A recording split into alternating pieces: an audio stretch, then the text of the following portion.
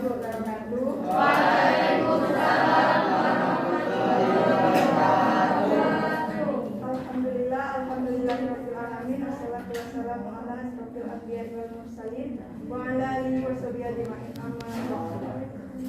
Yang terhormat Ibu Melis SEI MPSY dan serta kawan-kawan sekalian.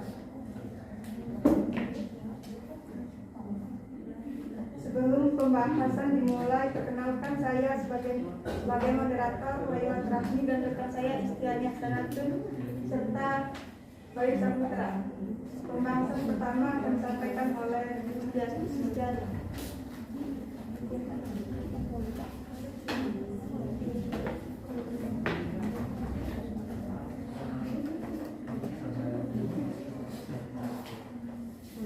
Konsep Masakit al-Syariah dan al-Maslahah dalam konsep Islam. Pengertian Maqasid al-Syariah.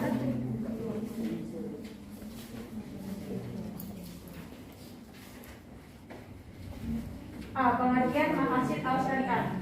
Maqasid ialah bentuk jamak dari maqsud yang berarti kesengajaan atau tujuan. Syariah ialah jalan menuju air atau bisa dikatakan dengan jalan menuju ke arah sumber kehidupan.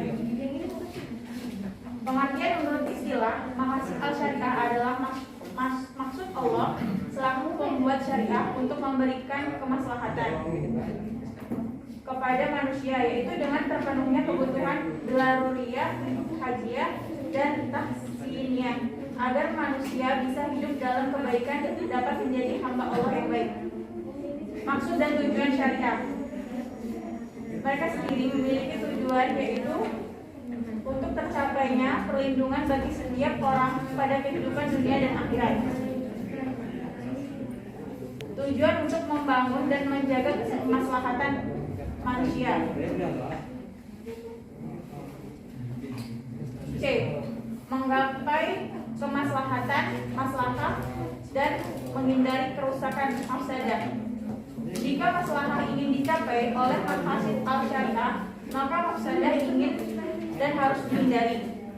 Al-maslahah secara etimologi ialah segala sesuatu yang mengandung manfaat bagi manusia. Menurut terminologi, al-maslahah adalah segala sesuatu yang bermanfaat bagi manusia yang dapat diraih oleh manusia dengan cara memperolehnya maupun cara menghindarinya. Hakikat perintah dan larangan syarak.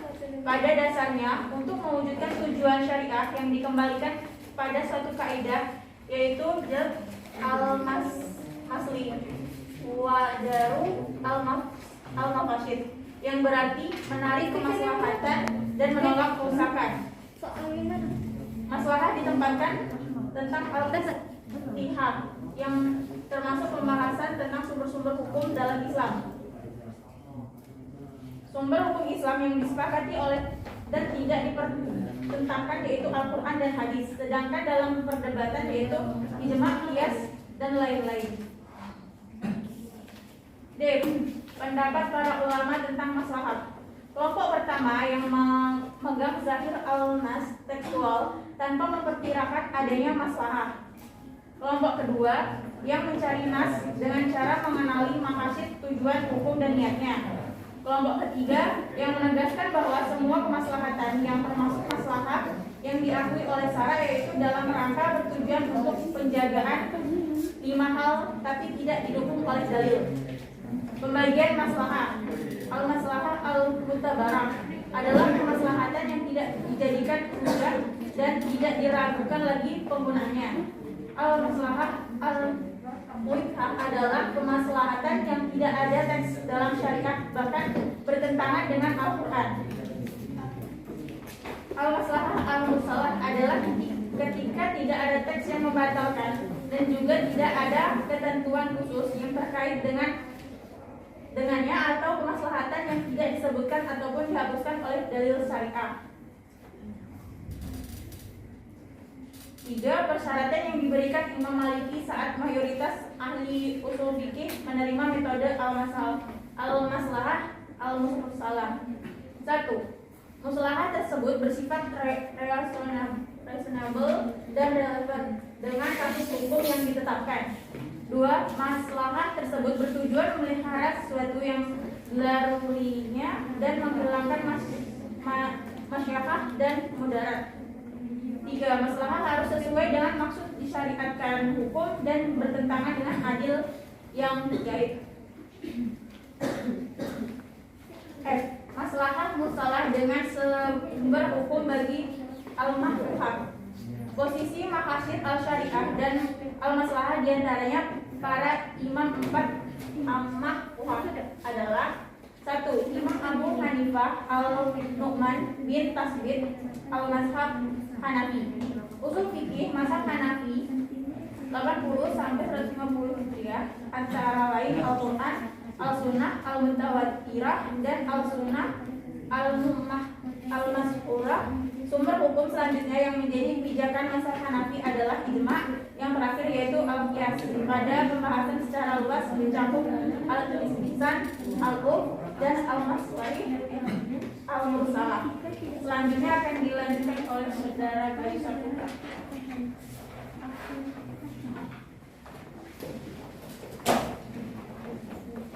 Tiga, Imam Muhammad bin Idris bin Syafi'i, mazhab Syafi'i. Imam Syafi'i 150 sampai 204 Hijriah. Tidak terlalu mengakui Al-Quran. Selain Al-Quran dan Sunnah, Imam Syafi'i hanya menambahkan al-ijma' dan al-qiyas. Akan tetapi walaupun Imam Syafi'i tidak mencantumkan al-maslahah dan maqasid al-syariah sebagai salah satu sumber hukum, ia tetap memasukkan unsur-unsur kemaslahan dalam setiap pengambilan hukum. 4. Imam Ahmad bin Muhammad bin Hanbal al-Saibani, mazhab Hambali. Imam Ahmad bin Hambali 164 sampai 241 Hijriah. Dengan mazhab Hambalinya memiliki usul fikih selain Al-Quran dan Sunnah. Sumber hukum selanjutnya yang tercantum adalah usul fikih Hambali, fatwa para sahabat Nabi ketika hal itu tidak ada pertentangan. Setelah itu adalah al-ijma', al-qiyas, al-istihad, al-maslahi, al-mursalah, dan sadad al-zara'i. G. Kerangka maqasid al-syariah. 1. Daruriyah. Daruriyah merupakan penegakan kemaslahatan agama dan dunia. Artinya, ketika daruriyah itu dihilang, maka kemaslahatan dunia dan bahkan akhirat juga akan hilang. Dan yang muncul itu kerusakan dan bahkan musnahnya kehidupan. Selanjutnya, daruriyah terbagi menjadi 5 poin yang bisa dikenal dengan al-kulliyah, al-hamzah, yaitu 1. Penjagaan terhadap agama, hifdzul al-din. 2. Penjagaan terhadap jiwa, hifdzul al-nafs. 3. Penjagaan terhadap akal 9, al-aql. 4. Penjagaan terhadap keturunan, hifdzul al-nas. 5. Penjagaan terhadap harta benda, hifdzul al-mal. 2. Hajiyah. Hajiyah yang didefinisikan sebagai hal-hal yang dibutuhkan untuk mewujudkan kemudahan dan menghilangkan kesulitan yang dapat menyebabkan bahwa adanya ancaman, yaitu jika sesuatu yang mestinya ada dan menjadi tidak ada dapat ditambahkan bahwa yang muncul jika hajiyah tidak ada dan tidak akan menimpa seseorang, dan kerusakan yang diakibatkan tidak mengganggu kemaslahatan umum. 3. Tahsiniyah. Tahsiniyah adalah melakukan kebiasaan-kebiasaan yang baik dan menghindari yang buruk sesuai dengan apa yang telah diketahui oleh akal sehat. Seseorang ketika menginjak keadaan tahsiniyah berarti telah mencapai keadaan di mana ia bisa memenuhi suatu kebutuhan yang bisa meningkatkan kepuasan dalam hidupnya. Tahsiniyah juga bisa dikenali dengan kebutuhan tersier atau identik dengan kebutuhan bersifat mendekati kemewahan.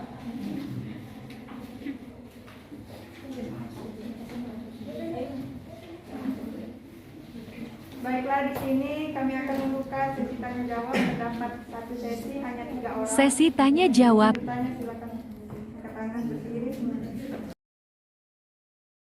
Perkenalkan, nama saya Rizky Adi Santua dari kelompok 5. Pertanyaannya, jelaskan bagaimana pengertian maqasid syariah menurut para ulama. Assalamualaikum warahmatullahi wabarakatuh. Perkenalkan, nama saya Novita Vertika dari kelompok 11. Pertanyaannya, dalam kerangka maqasid al-syariah terdapat daruriyah, hijaiyah, dan tasriyah.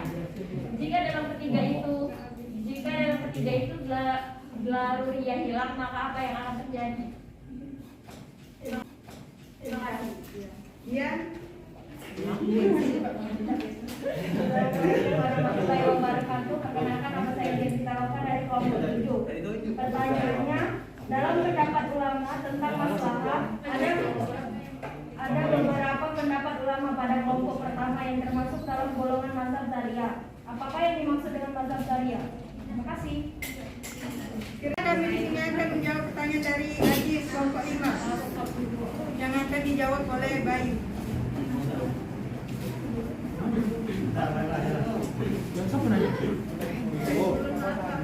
Baiklah, pertanyaannya adalah jelaskan bagaimana pengertian maqasid syariah menurut para ulama. Dari Ajis kelompok 5. Ada 5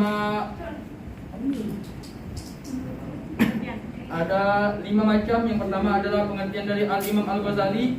Penjagaan terhadap maksud dan tujuan syariah adalah upaya mendasar untuk bertahan hidup, menahan faktor-faktor kerusakan dan mendorong terjadinya kesejahteraan.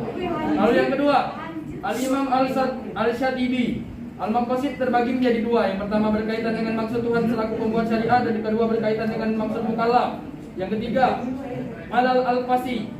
Maqasid al-syariah merupakan tujuan pokok syariat dan rahasia dan setiap hukum yang ditetapkan oleh Tuhan. Lalu yang keempat, Ahmad Al-Raisuni. Maqasid al-syariah merupakan tujuan-tujuan yang telah ditetapkan oleh syariah untuk dicapai demi kemaslahatan manusia. Lalu yang kelima, Abdul Wahab Khalaf. Tujuan umum ketika Allah menetapkan hukum-hukumnya adalah untuk mewujudkan kemaslahatan manusia dengan terbentuknya kebutuhan yang dilaruriyah, rahadiyah, dan tahsiniyah. Lengkap? Sudah? Jelas? Baiklah, saya akan menjawab pertanyaan dari Dian Pitaloka. Dalam pendapat ulama tentang maslahah ada beberapa pendapat. Pada kelompok pertama termasuk dalam golongan mazhab Zahiriyah. Apakah yang dimaksud dengan mazhab Zahiriyah? Mazhab Zahiriyah adalah salah satu mazhab fikih dan akidah dalam lingkup Ahlus-Sunnah yang mencapai masa kejayaan semenjak abad ke-3 hingga ke-8. Mazhab ini sendiri mengimani secara harfiah ayat-ayat Al-Quran dan hadis sebagai satu-satunya sumber hukum Islam. Bagaimana saudari Dian, apakah sudah jelas? Baiklah, terima kasih. Yang ketiga akan dijawab oleh Istiania Senator dari Novita.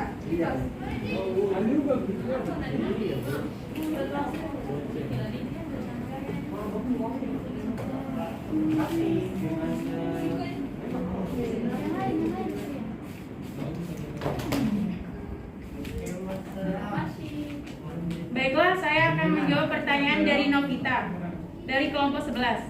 Dalam kerangka maqasid al-syariah terdapat Dlaruriyah, Hajiyah, dan Tahsiniyah. Jika dalam ketiga itu Dlaruriyah hingga Dlaruriyah hilang, maka apa yang akan terjadi?